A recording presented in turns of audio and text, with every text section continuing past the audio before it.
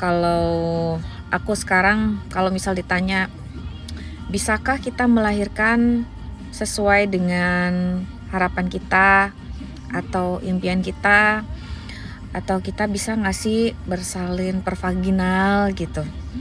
Kalau aku selalu jawabnya bisa diusahakan gitu ya. Aku 2 kali melahirkan, itu dua-duanya prosesnya pervaginal ya, melewati jalur pervaginal. Kemudian dua-duanya minim trauma, jadi aku nggak ada proses traumatis sama sekali.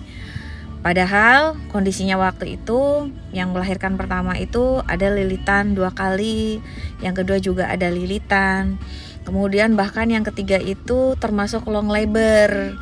Long labor itu berarti panjang ya. Jadi aku dari bukaan 7 ke bukaan lengkap itu dari jam 10 pagi sampai jam mau maghrib. Itu bukaan 7, dimana harusnya secara teoritis kan yang namanya bukan 7 ke sana itu harusnya tuh lebih lebih bagus kontraksinya dan lebih cepat gitu. Tapi pada kenyataannya itu tidak terjadi. Ternyata setelah dicek-cek gitu ya, setelah kita kenapa sih ya kontraksiku juga, aku juga ngerasa kontraksiku kok panjang banget gitu. Ini harusnya bukaan 7 nih kontraksinya harusnya lebih kuat, lebih deket, lebih dahsyat gini. Ini kenapa kontraksinya kalem sekali gitu, bahkan sampai aku sendiri tuh gregetan. Kalau orang-orang tuh kadang-kadang ngadepin kontraksi tuh suka takut ya, takut nggak kuat atau takut ngadepin kontraksi. Kalau aku malah ini mana kontraksinya gitu loh. Jadi ternyata ada beberapa faktor setelah aku tarik garis benang ke belakang. Faktornya yang pertama adalah ketika dicek itu HB ku kurang baik sebetulnya. HB ku itu begitu dicek cuma 8,5, padahal awal-awal itu bagus ya.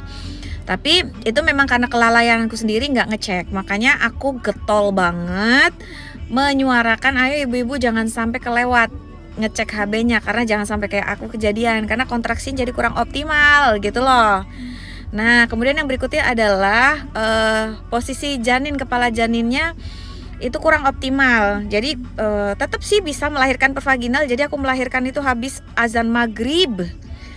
Habis azan maghrib itu melahirkan pervaginal. Jadi ya termasuk ini juga ya, lumayan juga ya lumayan gregetan akunya gitu. Tapi alhamdulillah tetap lahir sih, lahir pervaginal. Udah kan ditungguin sama bidan aku ya, sabar gitu ya.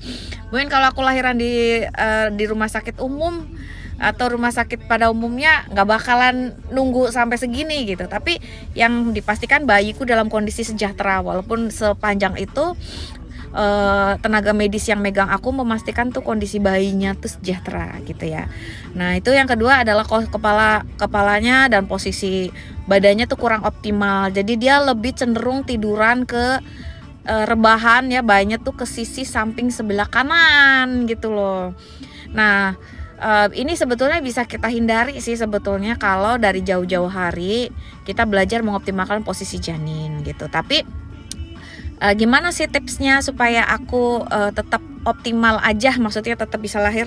Berarti sepanjang persalinan itu aku nggak banyak tiduran, aku lebih banyak posisinya upright. Jadi ya posisi merangkak, bersandar dengan bersandar ke balon, gimbal gitu kan. Terus dibantu sama gimbal, pakai pelvic rocking gitu. Jadi nggak banyak tiduran lah, banyak lebih banyak tidak rebahan di kasur gitu. Terus kenapa kok 8,5 dengan HP 8,5 kontraksinya lelet banget kalau kataku mah tapi kok masih kuat gitu loh sampai selesai persalinan, masih punya energi banyak buat mengejan. Karena strategi dari asupan, aku ketika udah tahu aku mau melahirkan, pagi-paginya itu aku makan berat. Kemudian sepanjang proses persalinan ya aku minum minumnya minum yang memiliki kalori gitu. Waktu itu aku minum air kelapa ya, air kelapa merek sesuatu gitu ya. Nah terus cemil gitu, jadi aku nggak lemes sama sekali walaupun HB ku rendah ya, tapi dengan manajemen asupan yang baik itu badanku nggak lemes sama sekali. Nah reminder ya ibu-ibu, ini dia efek dari HB yang rendah, itu ngefek banget ke kekuatan kontraksi. Jadi jangan sampai kalian kontraksinya kurang optimal gitu.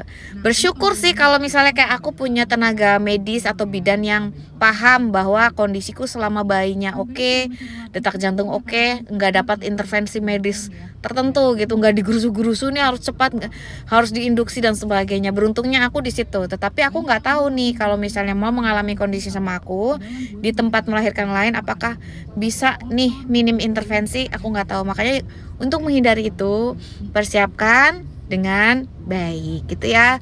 Itu sekelumit ceritaku dari cerita lahiran kedua, dimana kondisinya long labor, panjang gitu ya. Tapi kalau kita memiliki ilmu dan bekal, kita menghadapinya tuh penuh dengan strategi dan tahu apa yang harus dilakukan. Nah itulah pentingnya belajar, menambah literasi tentang proses persalinan itu sendiri.